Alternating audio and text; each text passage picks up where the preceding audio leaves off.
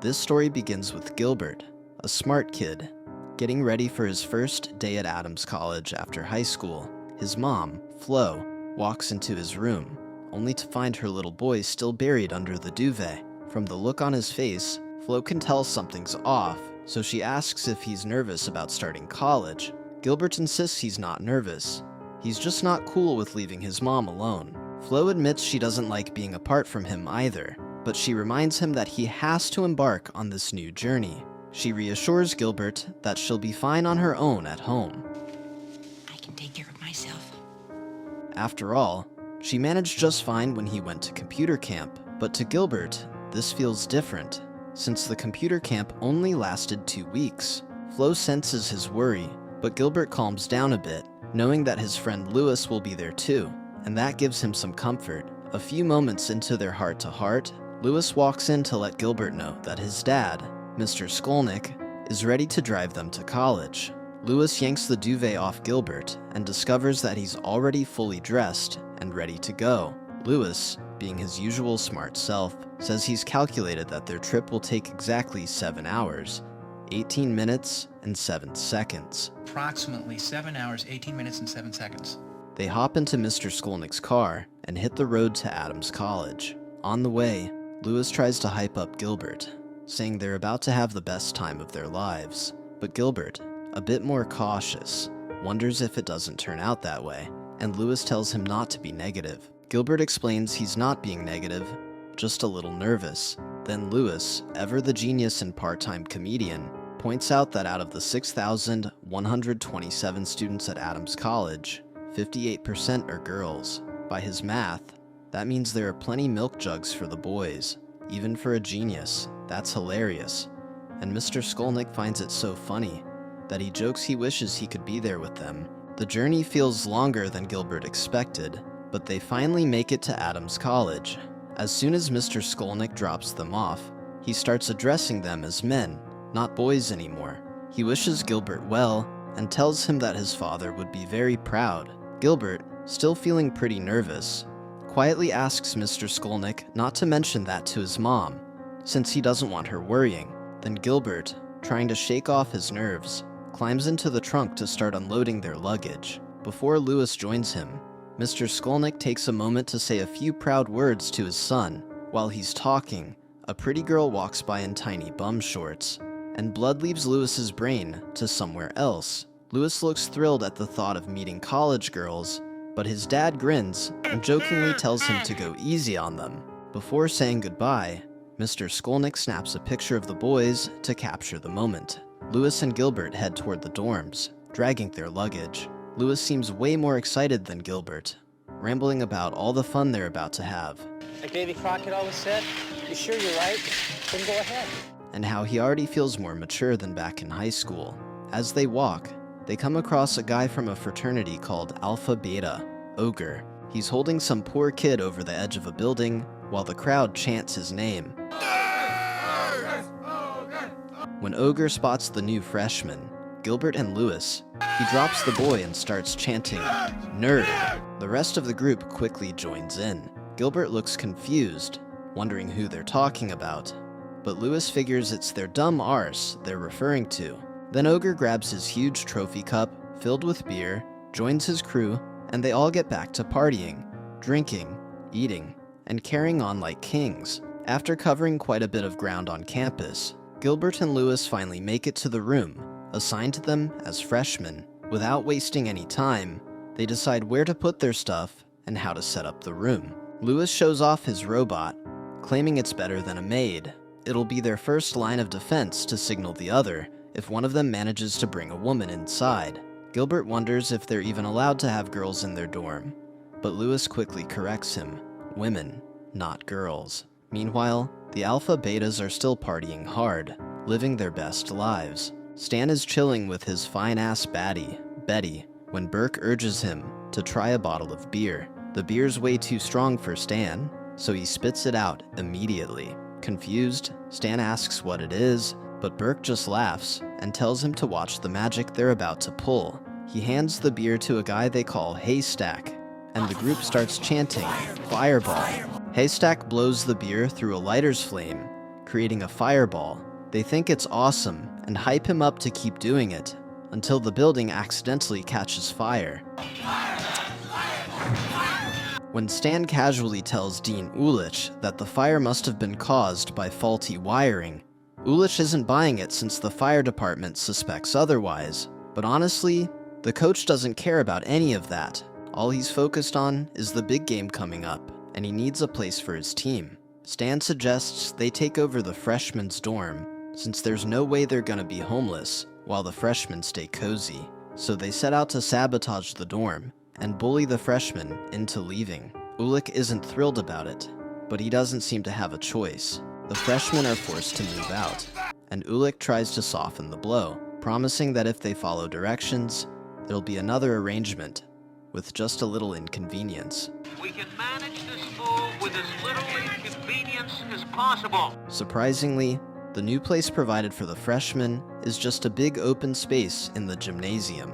Ulich apologizes for the sudden inconvenience and assures them this setup isn't permanent. While he's addressing the group, a young kid named Harold gets dropped off by his parents to join the freshmen. Harold looks way too young for college and asks if he can be with kids his own age. His mom shuts that down fast, telling him he'll be with kids his age when he grows up. For now, this is where he belongs. Ulich asks if anyone has allergies, and Arnold raises his hand. Apparently, allergic students can request foam rubber pillows. Given the condition of the environment, Ulich also tells them they'll have a chance to join fraternities, since the fraternities will be picking new members the next day. The coach looks totally bored with the whole situation, and urges the freshmen to hurry up and claim their sleeping spots. Move it or lose it! The next day, the fraternities make their picks. Delta Kappa chooses Oliver Scott, Bill Daniels, and a few others as their new members. Ulich tries to reassure the rest of the freshmen who didn't get picked. He promises they won't be left out in the cold. He goes ahead and calls roll, but Gilbert feels disappointed that he and Lewis weren't chosen by any fraternity. Lewis, ever the optimist, tells him it's not over yet. I knew nobody'd pick us, Lewis. Gilbert is probably not over yet. As Lewis and Gilbert head out, they bump into Betty and her sorority sisters. Betty, smiling, asks if the boys want to join their sorority. Lewis, trying to play it cool, says he was actually hoping pretty girls like Betty and her group might recommend the best fraternity for them. Betty says one of the best decisions a man can make is picking the right fraternity, and she suggests they check out Alpha Beta, especially her boyfriend, Stan Gable. Lewis, clearly smitten, asks if Betty would like to grab coffee or something together. Without wasting time, Lewis and Gilbert head over to the Alpha Beta fraternity, which is packed with football players. Gilbert feels skeptical, unsure if they'll even be accepted, but Lewis figures that if Betty recommended them, they've got a shot, and maybe this is their chance to win back their dorm rooms. They step into the dark, rowdy Alpha Beta house, and right away, a guy hands them condoms, telling them they might need them later. During the so-called initiation, they're asked if they've ever creamed a woman before, but when Lewis and Gilbert try to fake being grown men, they're soaked with water and chased out of the fraternity. Shamefaced, dripping wet and covered in soap, Have you ever made love to a woman? Yes. No. they trudge back to the gym and head straight for the showers. Later that night, Gilbert apologizes for snapping at Lewis, admitting that the stress of living in the gym is really getting to him. Lewis gets it and reassures him that they'll figure something out in the morning. But instead of finding a house right away, Gilbert decides to kitty hunt, and he meets Judy, a girl struggling with her computer. He offers to help, and they hit it off. When he gets back, Gilbert tells Lewis, half joking, that he found a girl instead of a house. Determined to get serious about the search, Lewis puts his robot to work, mapping out areas for everyone to cover so they don't double up. After a lot of searching, Lewis finally finds a place. It's a dump at first, but once the group rolls up their sleeves, they clean it up fast, and soon it looks and feels brand new. Just as they're settling in, Stan and Betty pass by. Betty's impressed by what they've done with the place, but Stan isn't. He sneers and mutters that it won't look terrific for long. Well, it won't look terrific for long. Everyone settles into the new house and starts living their lives. Booger's smoking and playing cards with Takashi. Lewis and Gilbert are feeling good. They've got a better place than the dorm ever was, but just as they start to relax, a rock crashes through the window with a note attached, "Get out." They report it to the police, who send them to the Greek council that handles matters like these. When they get to the Greek council, hoping to form their own fraternity, Lewis and Gilbert quickly realize they're walking straight into enemy territory. The Alpha Beta guys dominate the place. Before they can even explain why they're there, Stan, who just so happens to be president of the Greek council, shuts them down. He rejects their membership request on the spot, because they don't have a national fraternity sponsor. Well, according to our charter, you must have a national fraternity as your sponsor. Do you have one? No. And as if that's not enough, Stan throws in that it would probably take them over 20 years to land one anyway. After a series of applications to several fraternities, they got 29 rejections. Meanwhile, the Lambda, the Tri-Lambs, offers to see them. They meet with the Tri-Lambs UN, and they are given an opportunity to be taken on 60 trial basis according to the bylaw. As a result, they are welcomed as probationary Tri-Lambs. Lewis suggests the UN come along with them for some celebration, and they all assure him that the chapter would be opened to all races and creeds. Feeling fired up, Lewis goes to invite Betty to the party, hoping she'll come as his date, but Betty turns down his dusty arse and runs straight to Stan to tattle that the nerds dared ask her out. Stan, of course, is pissed, and now he's got a new reason to mess with them. The guys start planning the party, determined to make it one to remember, but there's just one problem. They don't have dates. Besides Gilbert, who's already hit it off with Judy, none of them has anyone to bring. While they're trying to figure it out, they hear a group of so-called Pie Sisters outside, singing and offering to be their dates. What they don't realize is, it's all a setup to leave them hanging. We'd like to be escorts to your party Saturday night. Finally, the night of the party arrives. The Tri-Lamb UN reps show up, but the Pie Sisters ghost them completely. The party feels dead without dates, and the guys are on the verge of defeat. That's when Judy steps up, and she suggests inviting her sorority sisters from Omega Mu.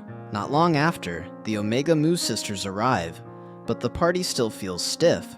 Everyone's standing around awkwardly, and it's clear something is missing. That's when Booger, being Booger, suggests they all light up some joints, and just like that, the vibe shifts. The tension melts away, people loosen up, and the party actually starts to feel like a party. The music gets louder, people hit the dance floor, and soon everyone's having a blast.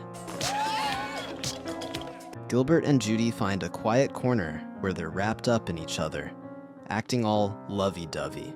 Meanwhile, Lewis pairs up with one of the Omega Mu girls and starts flexing about his robot, as if that's the ultimate charm move, but somehow it works. It takes Lewis 5 seconds to take her to the bedroom, and an extra 5 seconds for him to come. Sorry, come in. During the night, Gilbert sweetly tells Judy that if they manage to secure their place in the Tri-Lambda, their fraternities could team up for the homecoming carnival. It's a small dream, but it means a lot to him. But just when it feels like the party's a total success, chaos breaks out. A bunch of pigs suddenly storm into the party, wrecking everything. The guys rush outside to see where they came from, and of course, it's the Alpha Beta boys behind it all, pulling yet another prank to humiliate them. Lewis, Booger, and the rest of the crew are fired up, ready to retaliate right then and there. But Gilbert convinces them that stooping to Alpha Beta's level won't solve anything. Instead, he suggests they beat them where it really counts, at the homecoming carnival, and take over the presidency of the Greek Council. The plan is set, but let's be honest, they're not about to let this prank slide without some kind of payback. Lewis comes up with a plan for a little nerd-style revenge. That night, they sneak into the sorority house where Betty and her sisters live. Harold and Lamar quietly install hidden cameras and periscopes in just the right spots, while the others raid the girls' drawers for some classic panty-stealing mischief. They manage to plant 4 cameras around the house before slipping out undetected. How many cameras do we have left? 4. Back at their place, they kick back and watch free OnlyFans content. spying on the girls as they change clothes and scissor. Their revenge doesn't stop there. They also sneak into the Alpha-Beta locker room and lace the football team's jock straps with liquid heat.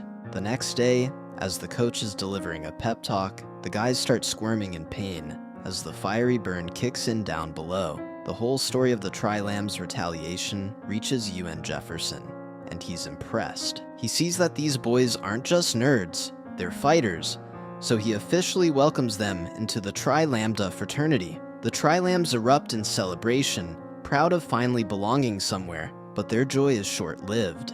As they're celebrating, a fiery reflection flickers through the window. Lewis rushes over and sees it. Their nerd sign outside, engulfed in flames, and the Alpha-Betas are behind it.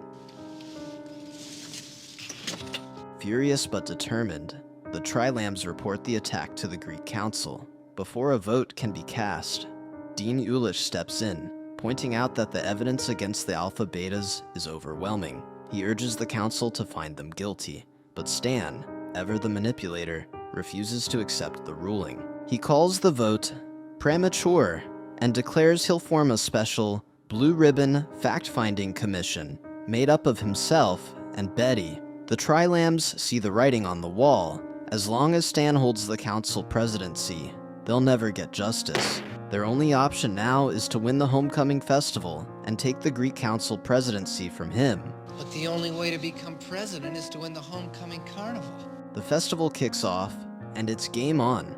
The overall winner will be decided across 3 challenges: the field events, the charity fundraising booth, and the musical show and skit competition. First up is the field event, a grueling 20-lap track race where every mandatory pit stop requires the runner to chug a beer. Takashi represents the Tri-Lambs. Burke runs for the Alpha-Betas, but Takashi has a secret weapon, trichlorometylene, a substance that neutralizes alcohol's effects. Thanks to that edge, Takashi blazes through the laps while the others stagger and stumble, drunk and defeated. Takashi wins, and the Tri-Lambs surge ahead in the standings.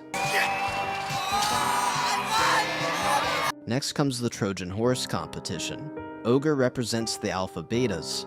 Arnold steps up for the Tri-Lambs. This round belongs to Ogre, and with his brute strength, Alpha-Beta takes the lead back. They rack up wins in the following games too, but the Tri-Lambs stay close, refusing to let them pull away. Then, when it's time for the traditional belching contest, Booger represents the Tri-Lambs, and he doesn't disappoint, unleashing an earth-shaking belch that stuns the crowd. Finally, the javelin throw. Stan puts in an impressive, seemingly unbeatable throw for the Alpha-Betas, but then Lamar steps up for the Tri-Lambs. His throw looks weak at first, until Harold's specially engineered javelin, designed for Lamar's limp-wristed style, soars through the air, flying farther than anyone thought possible. The crowd goes wild as Lamar's javelin surpasses Stan's mark. The Tri-Lambs close the gap, finishing the event in a strong 2nd place. Next up at the Homecoming Festival, the charity fundraising booths.